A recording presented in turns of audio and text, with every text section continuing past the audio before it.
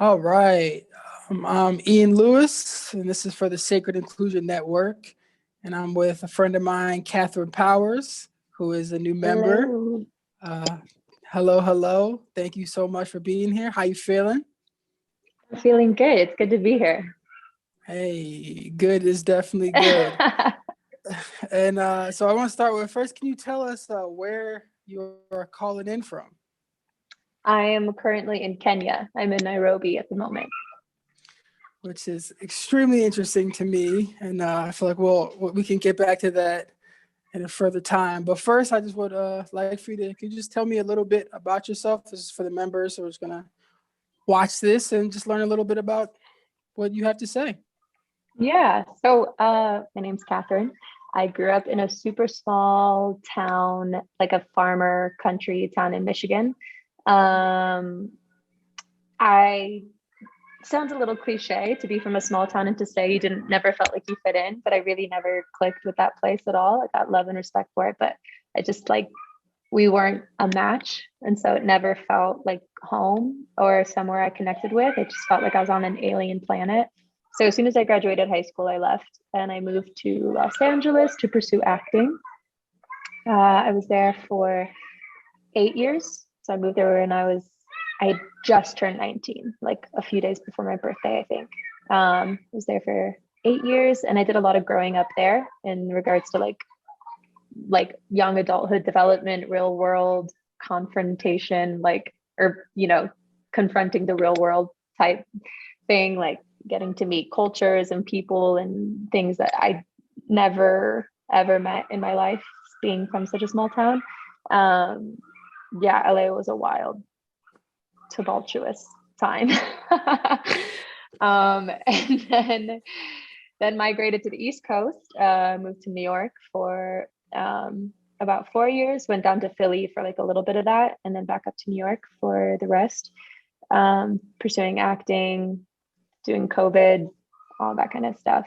And now I'm just traveling. I kind of got rid of everything. This summer, I went through something really challenging this last spring. And on the other side of that, I just asked myself the question of like, okay, no excuses, taking your life completely in your own hands. Like, what would you do? If you could do anything in the world right now, what would you do and who would you be? And I was like, just go travel. Like adventure is where my heart is, like going on like quests and like journeys and like learning more about life by going and experiencing it. So that's what I did. And I've been traveling since October. I started in Europe, made my way down through Europe, and now I'm in Africa. Wow.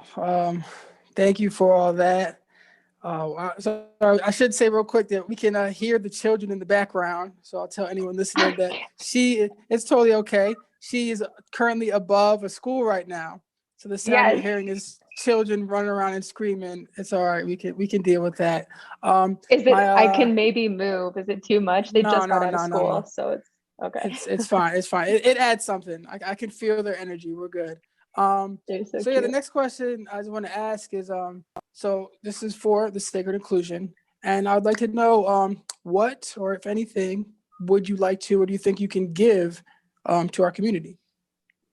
So this is a really challenging question for me, actually. This has kind of been like an insecurity of mine for a lot of my life. I've felt sort of like a jack of all trades, master of none, because I never went to like a real college. I don't have any trades or like specialties or expertise. I'm just kind of interested and like mediocre at a lot of things.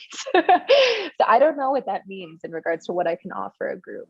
I think at the end of the day, the only thing anyone can offer is what they know. And the only thing we know is what we've experienced. So the only thing I think I can offer the group is like the downloads and the lessons and the gifts I've been given through the experiences I've had in life. And hope that as those gifts come to me through my experiences, it can also come through me to other people, like insights and yeah, I call them downloads mostly. So I think perspective or just sharing my own experiences with people. And those experiences have led me to realizing a lot of my gifts and not like shrinking in them, but like owning them and not being like Like now I'm a Reiki practitioner. I'm really, really passionate about working with people through like self-limiting programming and like fear and lack of like helping people understand who they really are underneath all the layers of maybe trauma or what life tells us we are, helping people discover their true connection with their self and the empowerment that exists in that. So I don't know what any of that looks like in regards to how I could offer that to the group, but something along those lines, if that answers your question. Yeah, definitely. And I appreciate the open and vulnerable honesty. Yeah, that's something that I'm looking forward for everyone to explore together. And I really like the part about trying to, I guess, tap in or get to know like your truer selves or our truer self. I feel as if that is the journey that everyone in this community is really seeking. So just like Yeah. having these conversations and like connecting with people, you're a part of the last exploration, and just like tapping in and trying to do some work, some self work together, I think Right. is something. And you've definitely, you had a few comments with that your insight was like, I was like, yes, thank you, Catherine. Like that's an awesome just like point. So just bringing you is more than enough, and I'm appreciative. We're appreciative. So the next question I ask is there anything that you would like to receive from our community? Yeah. I think just a sense of community in and of itself is a huge gift to me. I said this in a comment on the network this morning, actually. I have a tendency to be like hyper independent, and obviously that is a manifestation of defense mechanisms and other things, where I can make myself feel really alone and kind of like just like unnecessarily distant and independent. So a sense of community is honestly, sometimes when I feel a part of a community, it's enough to make me cry. Like it's that heavy. So it's Wow. just nice to like experience things like the session that we had where we talk about real things, where it's like connecting with ourselves and our gifts and our passions and our spiritual community, and going through these kinds of meditations together. It's like, wow, how it's almost like arrogant to think that you're the only one and like that you're all alone, you know. And it's really Mm. nice. The thing that I'm seeking is just a sense of community, and I definitely don't have all the answers to life, like not even close. And so I really love being a part of these kinds of communities where I can just be a student. And I don't want to be selfish in that sense where I'm just here to learn. I want to be able to offer things as well for a fair and equal exchange. But I just love to hear other people's perspectives and experiences where I can like be blessed and learn through them as well. So I'm here to learn more about life through other people's experiences and their input, and hopefully through that be a little inspired. I think from the sense that I've gotten from everybody so far is not to put this kind of pressure on anybody, but I love the vulnerability and the like power that everyone seems to be speaking with their words. Like we're all at the end of the day just searching what our passions are and how to what that looks like in real life. Like how to like I don't really know. I know what I'm good at and I know what I like to do. I don't know what that means in regards to applying that to like humanity, like what I'm going to do with my life. Mm. And I feel like I see a lot of that in the people in this group, and I hope I can be inspired by them a little bit and learn how to think a little more creatively and how to be a like an involved member of society. you know yeah. I love that answer. I think, yeah, I think where the community and you are going to gel and already have been very well. And I'm excited for that. Everything you said was beautiful. So I do, before we get out of here, I do want to hear about this journey that you're on. And I guess to outline it real quick. So you started in Amsterdam, then you went Mhm. to Morocco. I went to London next and then Portugal. Actually, you just tell me about you. Tell me about this. Tell me about it, because Okay. it's been a pleasure to hear about. So yeah, I started in the Netherlands. just outside of Amsterdam, like in a country town where my best friend moved. She had a baby boy that I hadn't met yet. So I spent almost a month with them. Then I went to London and then Portugal, and then Morocco. I spent about a month in Morocco, which was just like blew my mind. That country is an entire planet, has everything. I want to go back really badly.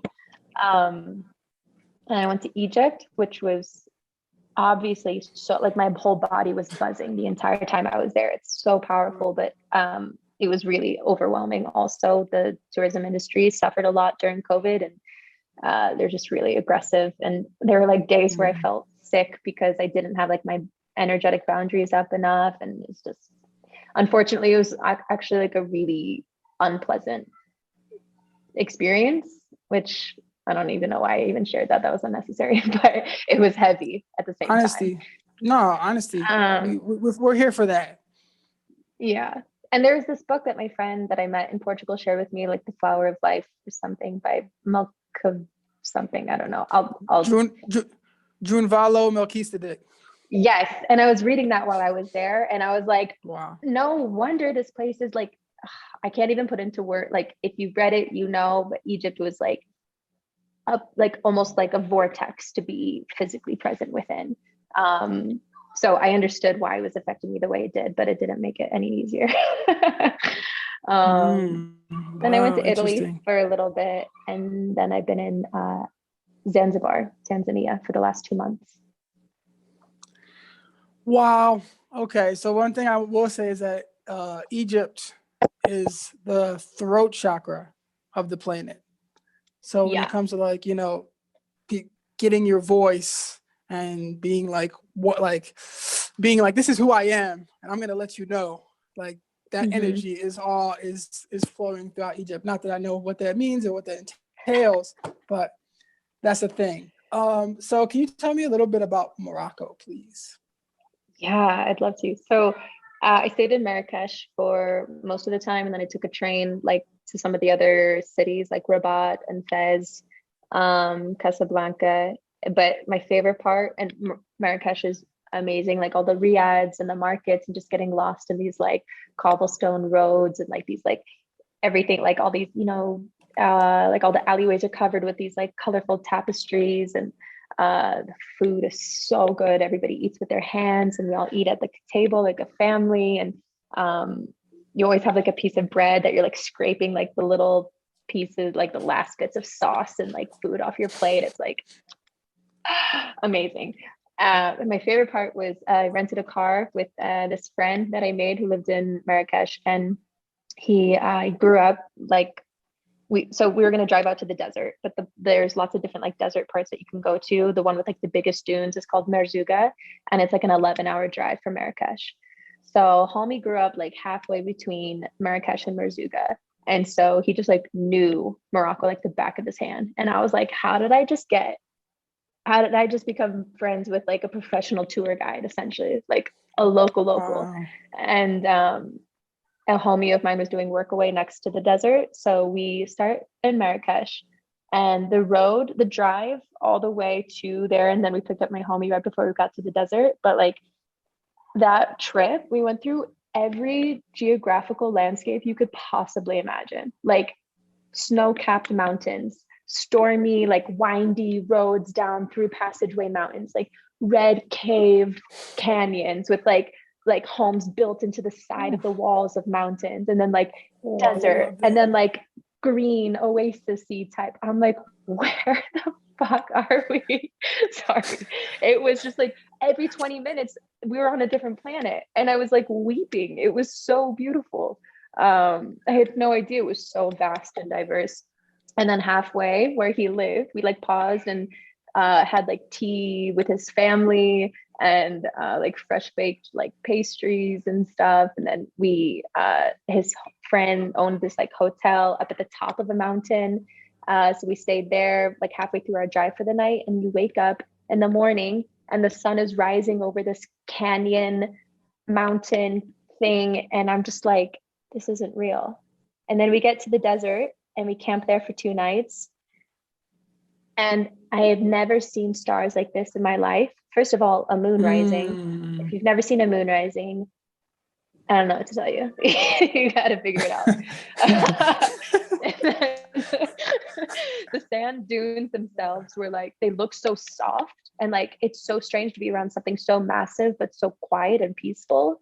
And they look so soft, like rolling mounds of butter. Like you just want to like roll yourself up inside of them. It was so strange. And then you look up in the sky, and there's so many stars. They look like they're moving. It feels like you're Oof. underneath the bottom of the ocean, and you're watching it just like do this, but like above you. And I was just out of body for like 48 hours. Wow. I love that. Underneath the bottom of the ocean. That got me. I can't only imagine. That sounds like such a like sacred experience.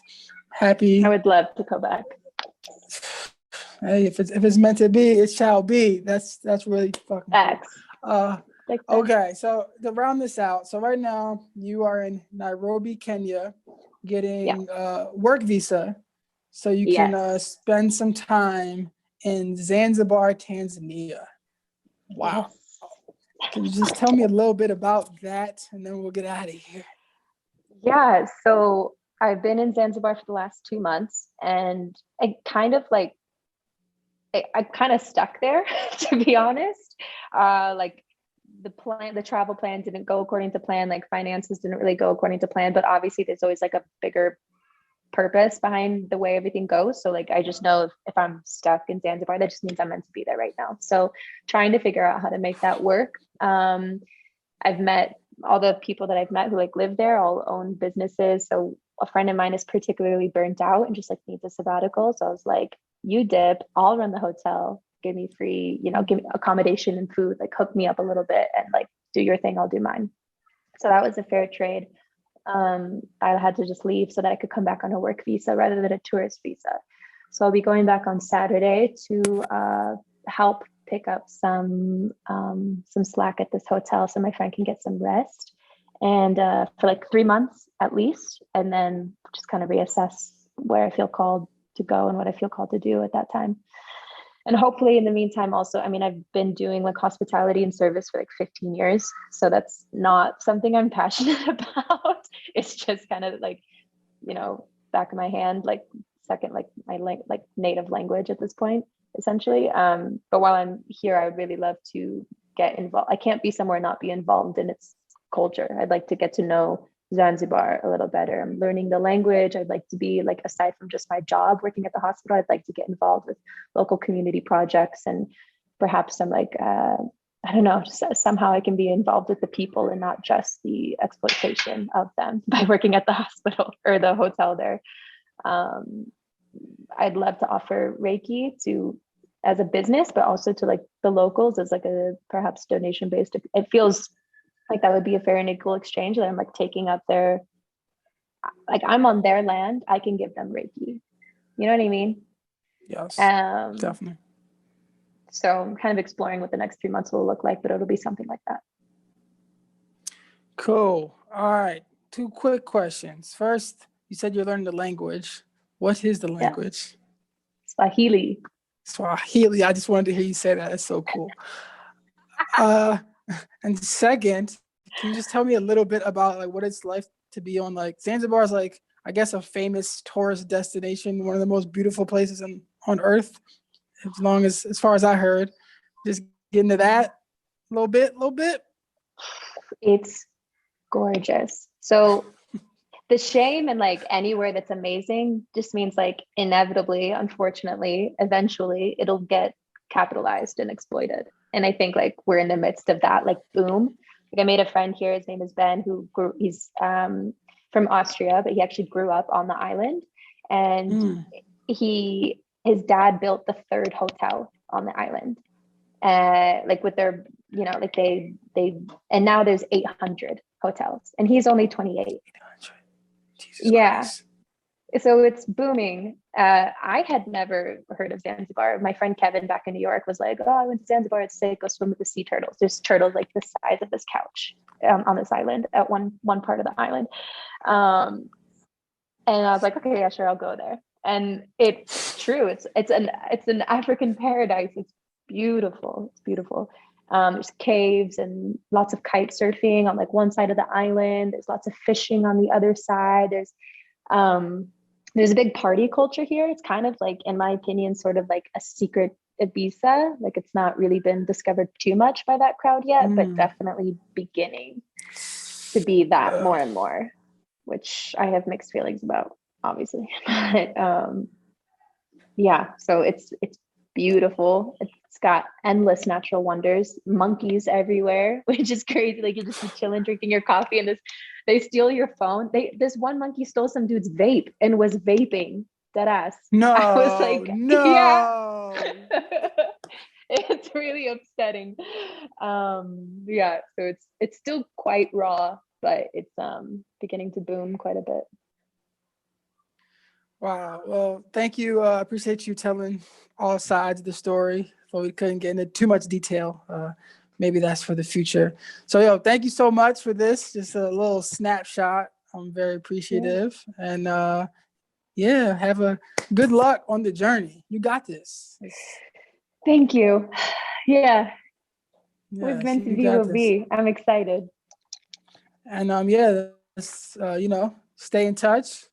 And as we shall. And thank you so much. I'll see you around. Peace. Thanks for the time. Yeah. See you. Wait, I'll tell you how to say see you later. Are you ready?